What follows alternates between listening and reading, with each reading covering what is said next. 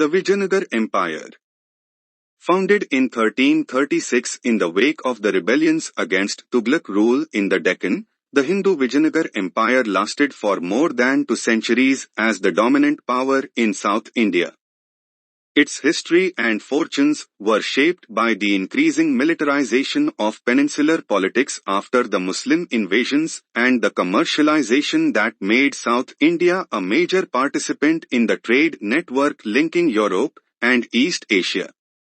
Urbanization and monetization of the economy were the 2 other significant developments of the period that brought all the peninsular kingdoms into highly competitive political and military activities in the race for supremacy.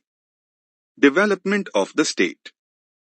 The kingdom of Vijayanagar was founded by Harihara and Bukka, 2 of 5 brothers, surnamed Sangama, who had served in the administrations of both Kakatiya and Kompili before those kingdoms were conquered by the armies of the Delhi Sultanate in the 1320s. When Kompili fell in 1327, the 2 brothers are believed to have been captured and taken to Delhi, where they converted to Islam. They were returned to the Deccan as governors of Kompili for the Sultanate with the hope that they would be able to deal with the many local revolts and invasions by neighboring Hindu kings. They followed a conciliatory policy toward the landholders of the area, many of whom had not accepted Muslim rule, and began a process of consolidation and expansion. Their first campaign was against the neighboring Hosla king, Ballala III of Dorasmudra, but it stagnated after the brothers reconverted to Hinduism under the influence of the sage Madhvakarya, Vidyaranya, and proclaimed their independence from the Delhi Sultanate. However, they were able to defeat Ballala and thereby secure their home base. Harihara I reigned 1336 to 56, then established his new capital, Vijayanagar, in an easily defensible position south of the Tungabhadra river, where it came to symbolize the emerging medieval political culture of South India. The kingdom's expansion in the first century of its existence made it the first South Indian state to exercise enduring control over different linguistic and cultural regions, albeit with sub-regional and local chiefly powers exercising authority as its agents and subordinates. Conquests. In 1336 Harihara, with the help of his brothers, held uneasy suzerainty over lands extending from Nullor, on the southeast coast, to Badami, south of Bijapur on the western side of the Deccan.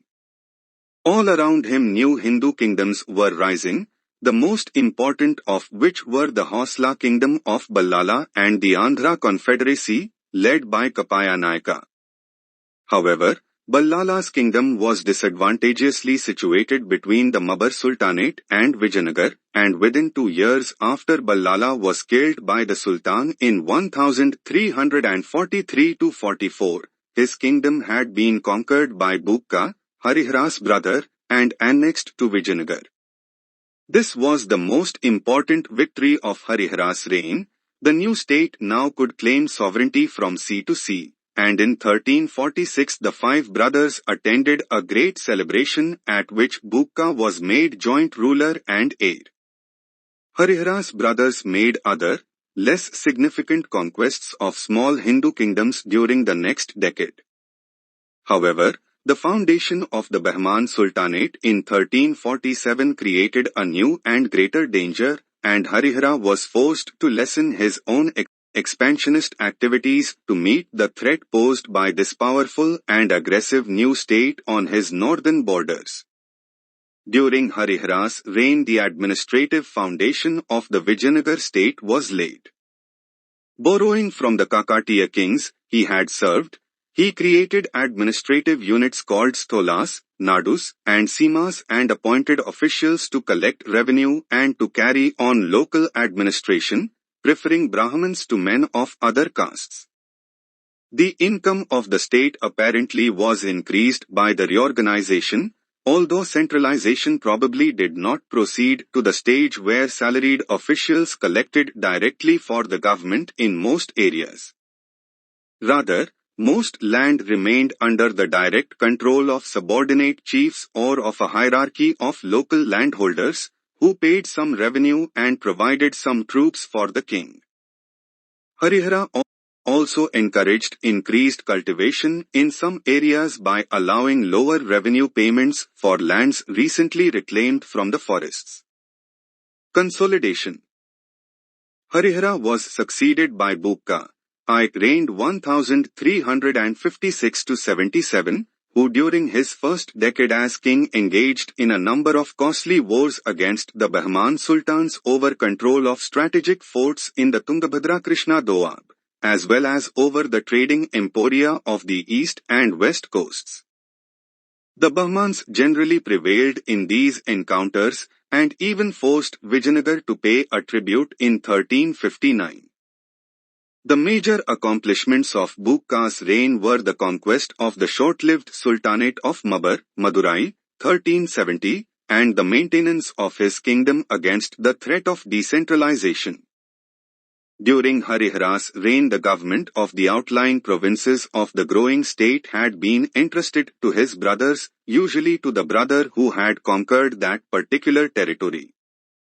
By 1357, some of Bukka's nephews had succeeded their fathers as governors of these provinces, and there was a possibility that the state would become less and less centralized as the various branches of the family became more firmly ensconced in their particular domains. Bukka, therefore, removed his nephews and replaced them with his sons and favorite generals so that centralized authority and his own line of succession could be maintained. However, the succession of Bukka's son Harihara II, reigned 1377 to 1404, precipitated a repetition of the same action.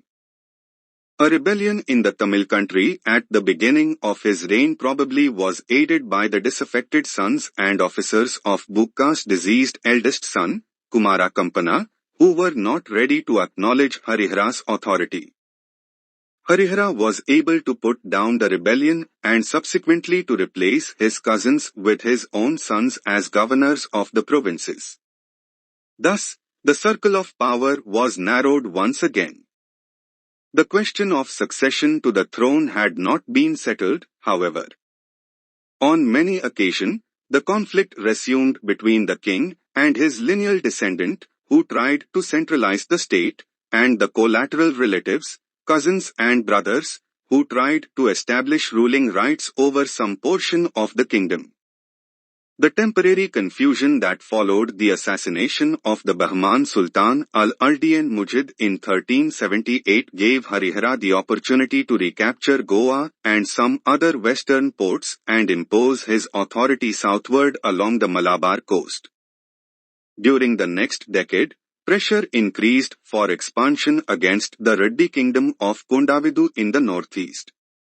Prince Devrai captured Pangal fort and made it a base of operations in the region. The slight gains made in 1390–91 against an alliance of the Velama chieftain of Rajkonda and the Bahmans were more than offset when the Bahman Sultan besieged Vijayanagar in 1398–99, slaughtered a large number of people, and exacted a promise to pay tribute. The tribute was withheld 2 years later, however, when Vijayanagar made alliances with the sultans of Malwa and Gujarat. Nevertheless, Harihara's reign was relatively successful because he expanded the state, maintained internal order, and managed to fend off the Bahman sultans. The control of ports on both coasts provided opportunities for the acquisition of increased wealth through trade.